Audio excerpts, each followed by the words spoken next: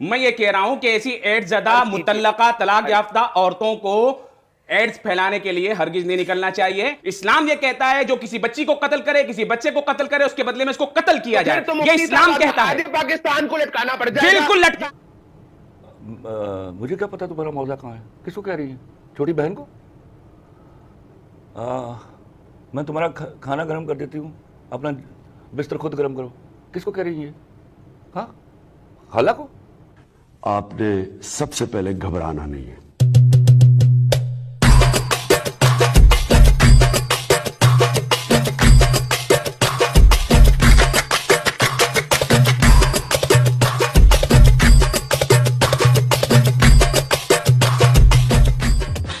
नमस्कार दोस्तों, जय हिंद। दोस्तों, आपने इंट्रो में देखा कि फिज़ा अकबर खान का शो हमेशा ऐसा ही होता है। मतलब या तो कॉमेडी टाइप में कोई शो होता है इसका, जैसे इंडिया के बारे में बात करती है, दूसरा या फिर मतलब इतनी गंदी गंदी बातें होती हैं इसके शो में कि मतलब फैमिली वाले लोग देख ही नहीं सकते, अकेले में इसकी वीडियोस देखनी होती हैं। खैर, मेरी आपसे रिक्वेस्ट यही है दोस्तों, वीडियो लास्ट तक जरूर देखना। लास्ट तक आपको इस वीडियो में मज़ा आने वाला है। सेकंड, वीडियो पसंद आए तो प्लीज़ वीडियो को लाइक ज़रूर करना। चैनल पे पहली बार है या आपने चैनल को सब्सक्राइब नहीं किया है तो प्लीज चैनल को सब्सक्राइब जरूर कर लेना। इन्होंने पहली तो बात ये कि कौमे लूत जो है उसमें सिर्फ गे और लेस्बियन का इशू नहीं चल रहा था, उसमें ये भी इशू चल रहा था कि उसमें भाई और बहन की तमीज नहीं थी, उसमें बाप और बेटी की तमीज नहीं थी, उसके अंदर इंसेस्ट चल रहा था, उसके अंदर जो हालात चल रहे हैं इट वाज जस्ट वो सब चीजें हैं। दूसरी बात ये कि जो जिस माशरे के अंदर सेक्सुअल रिप्रेशन होती है, जहां पर एक लड़की और लड़के को डेट पे जाने को मायूब समझा जाता है, वहां पर जहां पे, क्योंकि देखिए सेक्स एक फितरी चीज है, तो ये तो अल्लाह मियां ने हम लोगों को बनाया इस तरह है कि you know people are sexual beings, और अगर आप उनको डिनाई करेंगे सही चीज करने से, अल्लाह रब्बुल इज्जत ने ऐसे नहीं बनाया। अल्लाह ताला ने, आप गलत कह रहे हैं, पहले भी आपने गलत कहा था। मुझे मुकम्मल कर लेने दीजिए। मैं आपको बताता हूं, अल्लाह रब्बुल इज्जत ने इरशाद फरमाया, अफहसिबतुम अन्नमा खलकनाकुम अबसन। मुंतज़मीन को मुबारकबाद पेश करना चाहता हूं। मानत देते हैं ऐसे मुंतज़मीन को। ये एड ज़दा औरतें, एड ज़दा तलाक याफ्ता, एड ज़दा, आप इनको मुबारकबाद दें, आप आगे लीड करें, हम आपको मना कर रहे हैं। जोक दर जोक निकले और 8 मार्च को औरत मार्च को कामयाब बनाए। अच्छा, चीखना बंद कर दें तो फिर मैं अर्ज करूं। लोगों को आपकी आवाज वैसे भी आ रही है अमेरिका से, इसके जरिए आ रही है। मैं ये कह रहा हूं कि ऐसी एड ज़दा मुतल्लका तलाक याफ्ता औरतों को एड्स फैलाने के लिए हरगिज नहीं निकलना चाहिए। और आप जो बार बार बात कर रहे हैं, अल्लाह ताला ने इस तरह बनाया, अल्लाह रब्बुल इज्जत ने हमें ऐसा हरगिज नहीं बनाया। अल्लाह रब्बुल इज्जत फरमाता है, अफहसिबतुम अन्नमा खलकनाकुम अबसन, क्या तुम ये समझते हो हमने तुम्हें बेकार बना दिया? नहीं, बल्कि तुम्हें अपनी इबादत के वास्ते बनाया। तुम बोलते हो कि शहवत ऐसी चीज है फितरी, ये क्या बात है? अरे तो तुम्हारे साथ किसी ने की होगी तो हमारा क्या कसूर है भाई? जिस मौलवी ने ऐसा किया उसको फांसी लगाओ, जिस इंजीनियर जिस डॉक्टर ने ऐसा किया उसको फांसी लगाओ। लिबरल ही तो मना करते हैं, आप भी खूनी वो लिबरल हो जो ऐसी फांसी की राह में भी रुकावट हो, और वहां से अमेरिका में बैठ के चीख चीख के कहते हो कि भाई ये होना चाहिए, होना चाहिए। हम समझते हैं कि फांसी किसी चीज का सलूशन नहीं है। हम समझते हैं कि कुरान ने कहा है कि मौत की सजा देनी चाहिए ऐसे शख्स को जो शादीशुदा हो और वो जिना करे। इस्लाम ये कहता है जो किसी बच्ची को कत्ल करे, किसी बच्चे को कत्ल करे, उसके बदले में इसको कत्ल किया जाए। ये इस्लाम कहता है। पाकिस्तान को लटकाना पड़ जाएगा। बिल्कुल लटकाएं। इस्लाम कहता है अगर किसी एक के कत्ल में पूरी दुनिया मुलव्विस हो जाए, अल्लाह सबको दोज़ख में डाल देगा। मुंह मारता है। अरे मेरी बात सुनिए आप साहब, आप अमेरिका में रहकर थोड़ा सा जहन आपका इधर उधर हो गया है। देखिए, it is about human rights. Human rights में आपका मर्द भी आएगा, औरत भी आएगा, और जिनको आप ट्रांसजेंडर कहते हैं वो भी आएंगे। ह्यूमन राइट्स की बात हो रही है, अपॉर्चुनिटी की बात हो रही है।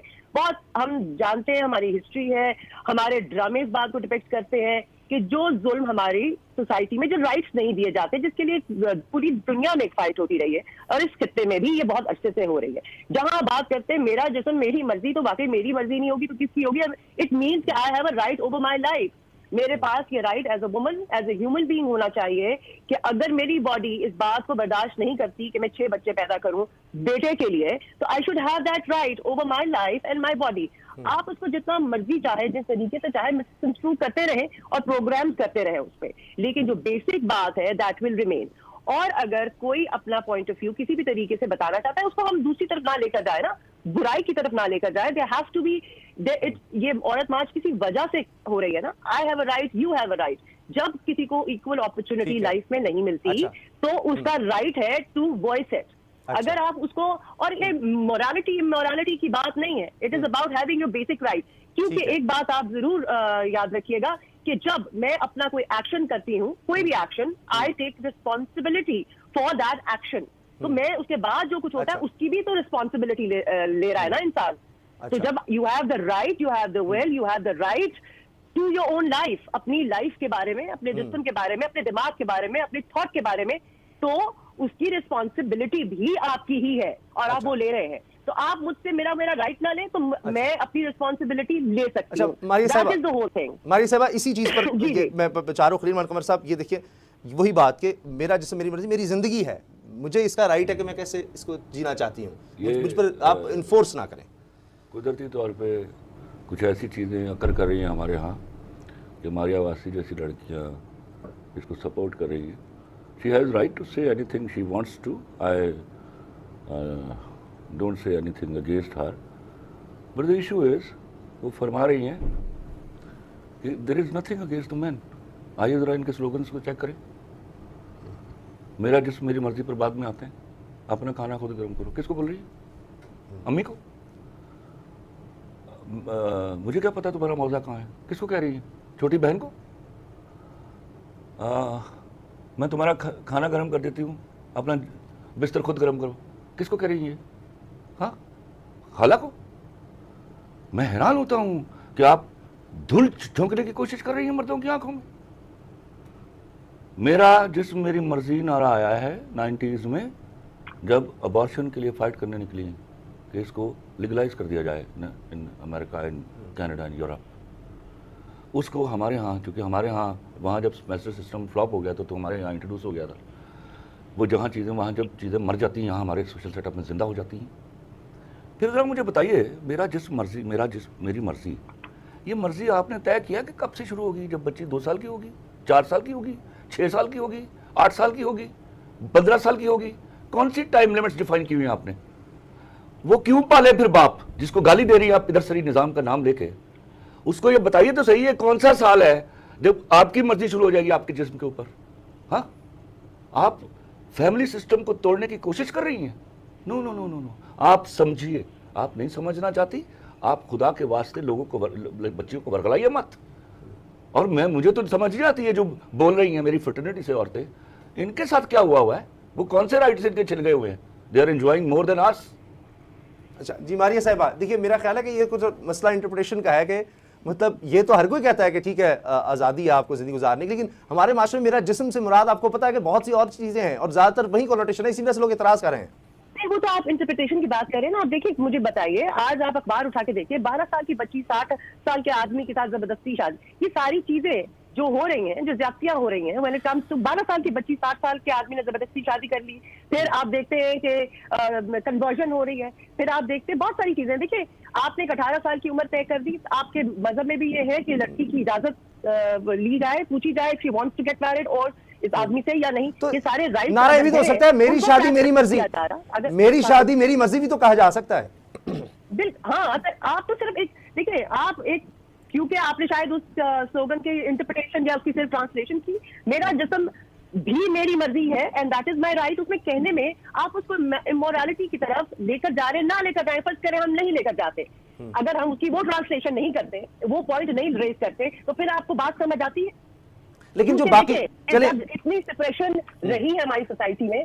और मेरी बात सुनिए, जो ये कह रहे हैं कि बहुत ज्यादा हमें वो चीजें हम इंजॉय करते हैं या वो राइट्स की बात कर रहे हैं कि मेरी कौन से राइट्स मेरे पास नहीं है। It's a struggle that has been going on. ये बहुत कम लोगों के पास ये राइट है या उस चीज को एंजॉय करते हैं। तो अगर कोई किसी के लिए अपना पॉइंट ऑफ व्यू में आवाज उठाता है तो उसको रोका नहीं जा सकता।